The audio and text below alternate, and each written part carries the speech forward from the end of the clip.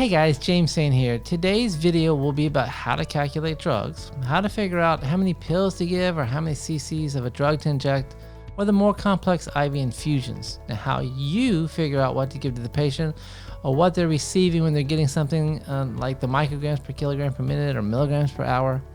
Now the pills or the cc's to inject, it's pretty simple and straightforward. Unless you've never done it. Everything's hard until you know how to do it. Now when it comes to the IV infusions as it relates to micrograms per minute or units per kilogram per hour or micrograms per kilogram per minute, even the seasoned healthcare professional can have to stop and think about it, or they can become confused. Now why is it hard for many people? Because it's in a language you may have never spoken. Now when a drug is ordered to be started at 5 micrograms per kilogram per minute or 10 mics per minute, unless you're familiar with this, it's like a foreign language. Now, why is it this way? Why can't it be easier? It just isn't. It's the language the doctor will order the medication in, and you have to understand it. Now, the way my brain works, as well as most people that I teach, is that if you can figure out what one is, you can figure out how many of the one to give. So if you can figure out what one pill is, how many milligrams are in one pill, you can figure out how many pills to give. And if you can figure out the concentration in 1 cc, you can figure out how many cc's to give to the patient. So let's start easy. Let's start with how to figure out how many pills to give to a patient or how many cc's from a vial to drop and give to a patient. All right, so let's take a look at some drug calculations. All right, so how much do you give to the patient? So there's a basic premise in that you have the dose that is desired divided by the dose on hand equals the amount to give. Excuse me. So the desired dose is how many milligrams. Let's take an example. If you're going to give pills, how many milligrams, how many pills to give a patient? So the dose on hand is, well, how many milligrams are in each tablet? So you take how many milligrams you want to give divided by how many milligrams one tablet is, and that will tell you the amount to give. So the dose on hand is what one is. In this case, we're figuring out what one pill is. All right, so for example, if you wanted to give aspirin 650 milligrams by mouth, now this is the desired dose, 650 milligrams of aspirin. So what do we have? Well, you could have 81 milligrams, whether it's enteric coated or not. Some people call it baby aspirin. A lot of people call it baby aspirin. It's kind of a misnomer. 100 milligrams, or you could have 325 milligrams, or you could have a 650 milligram suppository. Now, just a quick pro tip: if you have however many milligrams you want to give, if that can be divided equally by the dose on hand, it makes it a lot easier. For example, I'm in Florida, I'm in the United States, so we don't have 100 milligrams, so that's in Europe. 81 milligrams, we do have that here. 325 milligrams, we do have that here. And the 650 milligram, that's a suppository. This was ordered PO. So are we going to try to give the 650 milligrams of aspirin by using the 81 milligrams or the 325? Well, we're going to use 325 because it divides equally into 650. So the desired dose is 650 milligrams. What we have on hand is a 325 milligram tablet. So that's our one tablet is 325. So 650 divided by 325 equals that we're going to give 2 pills. Now you may intuitively look at it and say, well, 1 tablet is 325 milligrams, 2 tablet, 325 times 2, 650. That's great if you intuitively make that, jump. Now, oftentimes in the hospital, in the cath lab, physicians are ordering 324 milligrams. So in this case, it would be pretty much impossible to say the desired dose is 324, the dose on hand is 325. What portion, 324 divided by 325, what portion of the 325 do I scrape off to make it 324? That's just not feasible. But 324 milligrams divided by 81 milligrams is 4. So you would give 4 baby aspirin. And in this case, we're usually giving a stat. We want it to be chewed because it's faster absorption. But I digress a little bit. All right, so let's look at an example. If you want to draw something up, how many cc's? There's a medication. It comes in an ampule or a vial, and you draw up the cc's, and you have to figure out how many cc's to give. So in this example, give fentanyl 100 micrograms IV push. So this is the desired dose. So what's the dose on hand? We have 100 micrograms of fentanyl in 2 cc's, or that means we have 50 micrograms per cc. So with the formula, the desired dose is 100 mics divided by what is 1, what's the dose on hand, our 1 cc is 50 mics. So 100 mics divided by 50 mics equals 2. Not that we're going to give 2 mics, but we're going to give 2 of whatever 1 is. So we're going to give 2 cc's. Or you could intuitively look at it and go, well, it's 100 mics in a vial. The doctor ordered 100 mics. I'm going to give the entire thing. Yeah, it's pretty straightforward in this example, but sometimes it can get a little more complex. Here, give fentanyl 25 mics is the desired dose. So the desired dose, 25 divided by the dose on hand is 50. So 25 divided by 50 is 0.5. So you would give half a cc. So this is how you figure out how many pills to give, how many cc's to drop from a vial and administer to a patient. Pretty simple, pretty straightforward. Sometimes medication is ordered weight-based, like in the ACLS algorithm. If somebody's in VTAC, amiodarone's not working, you may give lidocaine 1 milligram per kilogram. Let's just say the patient weighs 150 kilograms. So you're going to give 1 milligram for every kilogram they weigh. So they're going to get, the desired dose is 150 milligrams. I did have one student in 10 years have difficulty with this concept, and the only way I can explain it is if I'm going to give 1 milligram, so for every kilogram a person weighs, they're going to get 1 milligram. So if they weighed 2 kilograms, they're going to get 2 milligrams. If they weighed 5 kilograms, they're going to get 5 milligrams. Or you could say if you weighed 150 kilograms, I'm going to give you $1 for every kilogram you weigh. So if you weigh 150 kilograms, I'm going to give you $150. Or I'm going to give you a bowling ball for every kilogram you weigh. You weigh 150 kilograms, I'm going to give you 150 bowling balls. I don't know how else to explain it. But hopefully it's clear to you. If you're going to get 1 milligram for every kilogram you weigh, if you weigh 60 kilograms, you're going to get 60 milligrams. If you weigh 100 kilograms, and I want to give you 1 milligram for every kilogram, you're going to get 100 milligrams. If you weigh 150 kilograms, and I want to give you 1 milligram per kilogram, you're going to get 150 milligrams. So that's our desired dose. So what's the dose on hand? Lidocaine comes different ways, but in this case, in the ACE, in most people's code card, you have lidocaine 100 milligrams in 10 cc syringe. So 100 milligrams divided by 10, you have 10 milligrams for every cc. So the desired dose is 150 milligrams. And so our 1 cc is 10 milligrams. So 150 divided by 10 means we're going to get 15 cc's. Now you may intuitively look at it and go, well, it's 100 milligrams in a 10 cc syringe, and I want to give 150. Well, that's 1.5 syringes. That's great if you intuitively know it, but this is the formula, and it can get a little more complex when it's drugs you're not familiar with, and it's really odd doses. So desired dose divided by dose on hand is the amount to give. So the desired dose is whatever the physician ordered. The dose on hand is whatever 1 is, whatever it's 1 pill, or whether it's 1 cc. You figure out what is in 1 pill, you can figure out how many pills to give. You figure out what is in 1 cc, you can figure out how many cc's to give.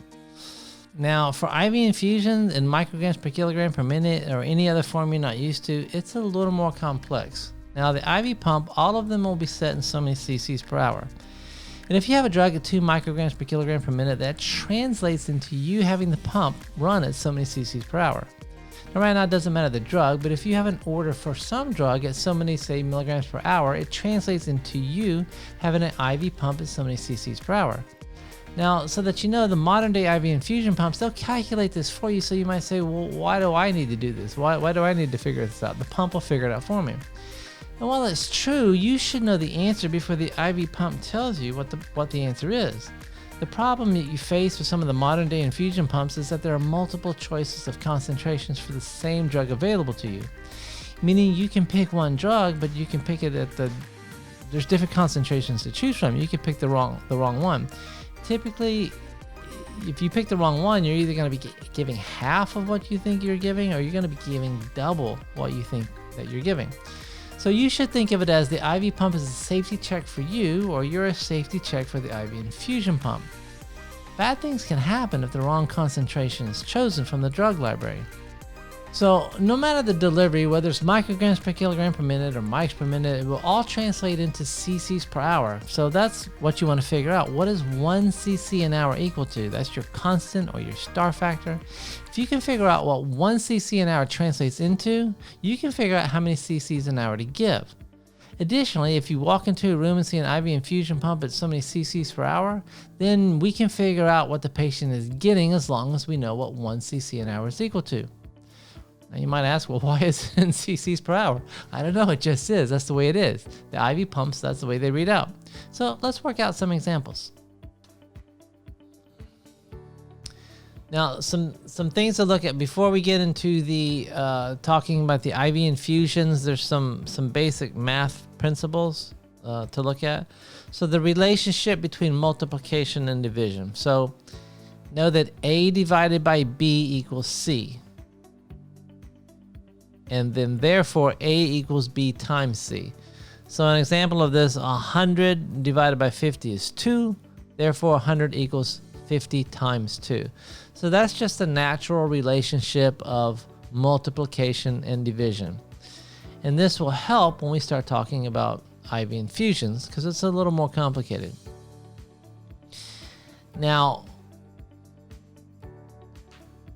one tip that I give my students, and this is information they can have. I write on the board before every drug calculation test. When we talk about the A divided by B equals C, or A equals B times C, if you will think of as A as the MD order, we're gonna start. The physician has to give you an order for you to go give something. So A, that's the first thing. It's gonna be the doctor's order. B is what 1 is.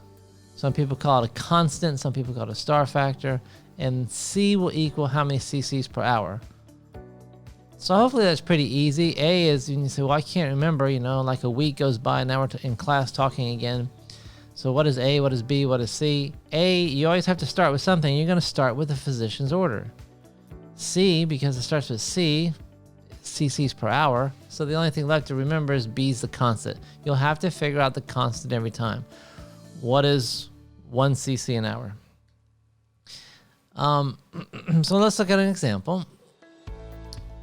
Oh, well, as I said, so here just saying again that A is the MD order, B is the star factor, C is the cc's per hour. You'll always have to calculate B every single time. And the reason you have to do that, because if it, let's say, for example, a drug is weight-based. If you take a bag of medication, whatever it is, it doesn't matter in this example, it has so many milligrams and so many cc's of an IV fluid bag, and you're gonna give it to me, I weigh a different amount than you. So if it's a weight-based medication, it's gonna vary for any patient that has a different weight, unless you and I weigh the exact same thing. That's why you have to figure out the constant changes from patient to patient. Now, if it's not a weight-based medication, if I have a bag of IV fluid, there's so many milligrams and so many cc's, and it's not a weight-based medication, that constant won't change from patient to patient to patient, as long as the bag of IV fluid that you have doesn't change. So you'll always be solving for A or C, and you say, well, I thought you said that you have A. What's the physician's order? So yes, A is the physician's order, but sometimes you'll walk into the room to take over. You're relieving somebody for lunch, and there's medication infusing at something, or the patient comes down from the intensive care unit on the floor, and they have medication infusing. So somebody's already they already got their order from the doctor, and they've already figured out their constant or their star factor, and they've already have it infusing at so many cc's per hour. Now you're walking in the room looking at an IV medication, and it's at so many cc's per hour, so you're trying to figure out, well, what is A? How many micrograms per kilogram per minute, or how many mics per minute, or how many milligrams per hour, or units per kilogram per hour? You're trying to figure out those things. So in this example here, if you have an order to start a drug at 10 mics per minute, That's your A. The doctor says, go start this drug at 10 mics a minute.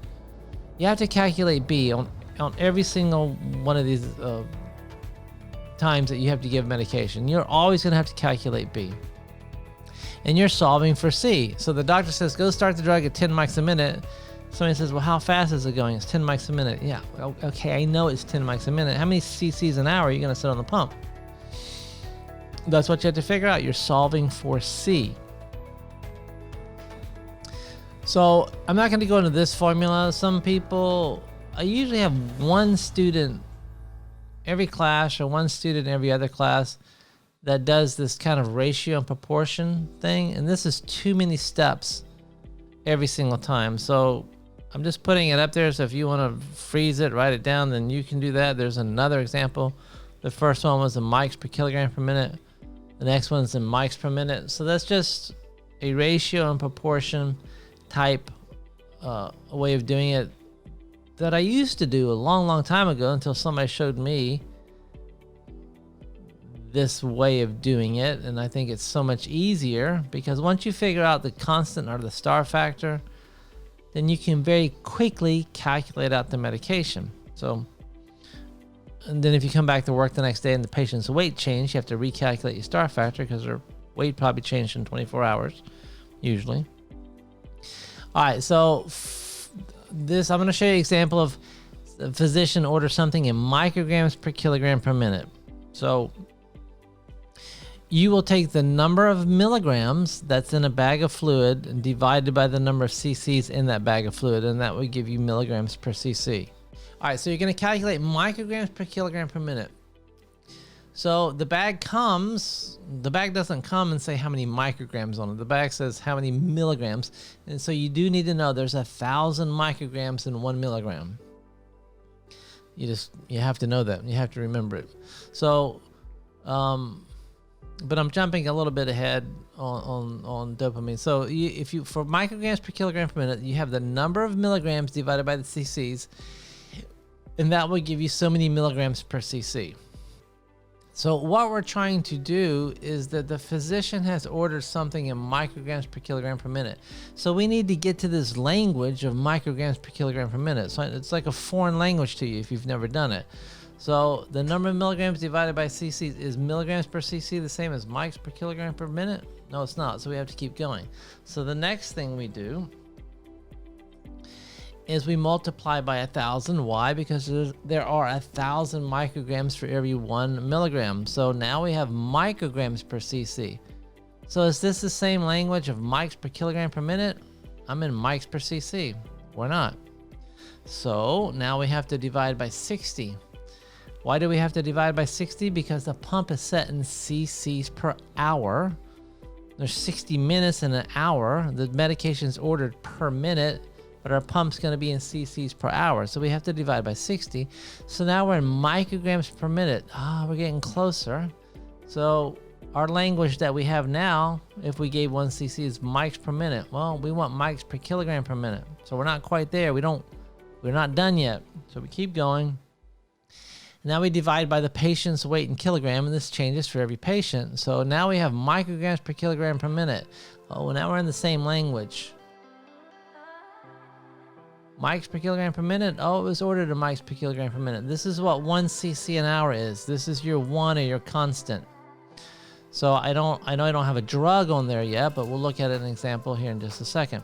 So, and I write this formula on the board. It's not something I make people remember, and you should have a cheat sheet in your cath lab or your IR lab or wherever it is you work that you can figure this out. Not particularly hard to commit to memory. It's very logical, but it's nice to have a cheat sheet. It's nice to have a cheat book of medications, which I strongly recommend. All right, so let's take an example of, and then if you're going to do, so some medications order mics per kilogram per minute. Some medications might be ordered micrograms per minute. So if you're going to do mics per minute, you just don't use the last step. You don't divide by their weight in kilogram because it's not a weight-based infusion. But some people say, well, it's micrograms per kilogram per minute. Why don't you divide the kilograms before the 60? And you can do that because But if you get in the habit of number of milligrams divided by cc's times 1,000 divided by 60, because they're all going to be mics per minute or mics per kilogram per minute, then you can add the variable factor, or you're going to add kilograms into the equation. All right, so in this example, dopamine, it comes pre-mixed. And I've been a nurse for 30 plus years. Dopamine is one of the few drugs that has always come pre-mixed. Dopamine's 800 milligrams in a 500 cc bag, and you have an order to infuse at 5 micrograms per kilogram per minute, and the patient weighs 75 kilograms. All right, so the number of milligrams divided by cc's times 1,000 divided by 60 divided by the patient's weight, this is what we get you to your constant. When you get to that constant or that star factor, that's if the patient got 1 cc an hour, it would be whatever that constant is. So let's work that out. So dopamine 800 and 500 at 5 mics per kilogram per minute at 75 kilograms per hour. So 800 divided by 500 is 1 milligram per cc. If you drew 1 cc out of the bag, you'd have 1.6 milligrams. So it's ordered in mics per kilogram per minute. Are we in the same language? This is milligrams per cc. No, we're not. So we're going to multiply by 1,000. So 1.6 times 1,000 is 1,600 micrograms per cc. So it's the same, you can think of it as 1.6 milligrams per cc or 1,600 micrograms per cc. It's still the same cc, just depends how you want to define it. So are we in the same language of micrograms per kilogram per minute? No, we're not. We're in mics per cc. We have to keep going. We're going to divide by 60. So 1,600 divided by 60 is 26.6 micrograms per minute. Now we're getting closer. It's ordered in micrograms per kilogram per minute, and we're in mics per minute. Is it time to stop? No, it's not. We got to keep going. So now we got to divide by 75 kilograms. How do we know? Because it was given to us in the question. So 26.6 divided by 75 kilograms equals 0.36 micrograms per kilogram per minute. We're in the same language. It was ordered in mics per kilogram per minute. Now we know that 1 cc an hour equals 0.36 micrograms per kilogram per minute. This is the constant. This is the star factor. If the patient gets 1 cc an hour, they get 0.36 micrograms per kilogram per minute.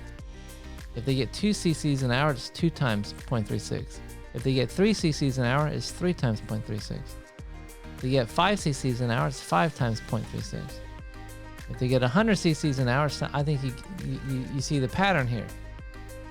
So now we take this formula of A is the MD order, B is the constant or star factor that we just solved for, which is 0.36 micrograms per kilogram per minute, and C is cc's per hour. So we're going to use this formula A divided by B equals C. So the doctor said 800, he won't say it, he won't tell you 800 milligrams or 500, it's just a given. He'll say start dopamine at 5 mics per kilogram per minute.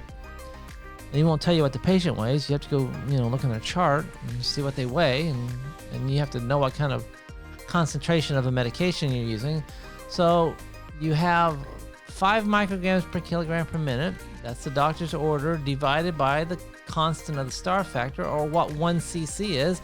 If I gave them 1 cc an hour, they'd get 0.36 micrograms per kilogram per minute. So 5 mics divided by 0.36 equals 14 cc's an hour. That's how you figure out if you have an order for start a drug at so many micrograms per kilogram per minute. How do you figure out how many cc's an hour to do it? That's how you do it right there. Now, you can double check yourself. You can say, well, if I'm at 14 cc's an hour and every cc is 0.36 micrograms per kilogram per minute, so 14 times 0.36 equals 5. And yes, you should do this double check. That's the formula A equals B times C. So it's nice to do a quick double check to make sure. Sometimes people are just using their calculator. Sometimes you get weird things because you didn't clear the memory, or you hit something you didn't mean to hit. So you do this quick double check, and it'll save you once a year or once every 2 years. It'll save you. Okay. Now, oftentimes IV infusions are ordered to titrate. For example, dopamine is often started at 5 micrograms or 2.5 micrograms per kilogram per minute. And then the physician will say something like titrate it to keep the blood pressure at a certain rate. A certain level, like 90 or 100. but not to exceed 20 micrograms per kilogram per minute. Or if you get to 20 micrograms per kilogram per minute and the dopamine isn't working, we need to add something else. And so if you have an order, start dopamine at 5 mics. We just figured out that's 14 cc's an hour, but don't exceed 20 micrograms per kilogram per minute. So we need to know what 20 micrograms per kilogram per minute, we need to know how many cc's that is. So that if we get to that level, we're calling the physician and saying, hey, or if you're in the cath lab, hey, we're at 20 mics. You want to do something? There's nothing magical about going to 21 mics. Like, oh my God, you exceeded the limit. It's not working anymore. Maybe it's time to go straight to catecholamines instead of a precursor. All right, so you may have a patient that comes into your cath lab or your interventional radiology lab, or you're receiving a patient, change the shift. Maybe the nurse, was sloppy in their report, and the medication is already infusing. So you walk into a room or you get a patient into your lab and the dopamine's infusing at so many cc's an hour. So now you got to look at it the other way. Well, somebody already figured out what A was, and they did the star factor, and they figured out what to set cc's per hour. Well, now you're looking at it's already infusing at so many cc's an hour. We need to figure out how many micrograms per kilogram per minute the patient's getting. So in this example, say you walk into a room and you see a pump infusing at 32 cc's an hour on this patient. You might ask yourself, well, how many micrograms per kilogram per minute is 32 cc's an hour? So, and if the patient comes down from the unit and they're on your table and the doctor says, how fast is the dopamine going at? And you say 32 cc's an hour, okay, well, maybe that's nice. That's not what he really wants to know. He wants to know how many micrograms per kilogram per minute the patient's getting, because 32 cc's an hour on this patient who weighs 75 kilograms is not the same thing as 32 cc's an hour on this patient that weighs 150 kilograms, or on this patient that weighs 60 kilograms, on this patient that weighs 180 kilograms. See, the 32 cc's an hour is kind of meaningless. But if you can tell the physician the dopamine is going at 10 mics per kilogram per minute, no matter the weight, that's what he really wants to know. So you have to figure out, well, what's 32 cc's an hour? So you always have to calculate B. So now we're trying to figure out what A is. Somebody already started this. Somebody already has it infusing. So let's take a look at that. Okay, so in this example, that if you got a patient from ICU or you walked in the room, the dopamine was at 28 cc's an hour on this make-believe patient. The one that we already figured out that the constant is 1 cc an hour is 0.36 micrograms per kilogram per minute. Now you could intuitively say, well, we just figured out at 14 cc's an hour, they're getting 5 micrograms per kilogram per minute. This is 28 cc's an hour. I think they have it on there next. This is 28 cc's an hour. If the rate's doubled, then what they're getting is doubled. So yeah, they're getting 10 mics per kilogram per minute. Then you'd be correct. But if you want to calculate it out, here you're solving for A, because you always have to calculate B, which we just did. We know it's 0.36 is our constant, our star factor. And what we're seeing is C. We see that it's at 28 cc's an hour. So we always have to figure B no matter what. And we see that it's at 28 cc's an hour. So we're trying to figure out what A is. So we're going to use the formula A equals B times C. So A equals 0.36 times 28 cc's an hour. That's 10 micrograms per kilogram per minute. Okay, so now you can use this formula for mics per minute. You just leave off the kilograms.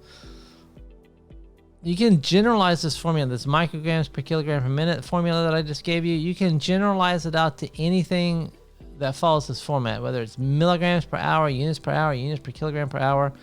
Like I said, in mics per minute, you go through all the steps, you just leave off the kilograms because it's not a drug that's being infused by weight-based.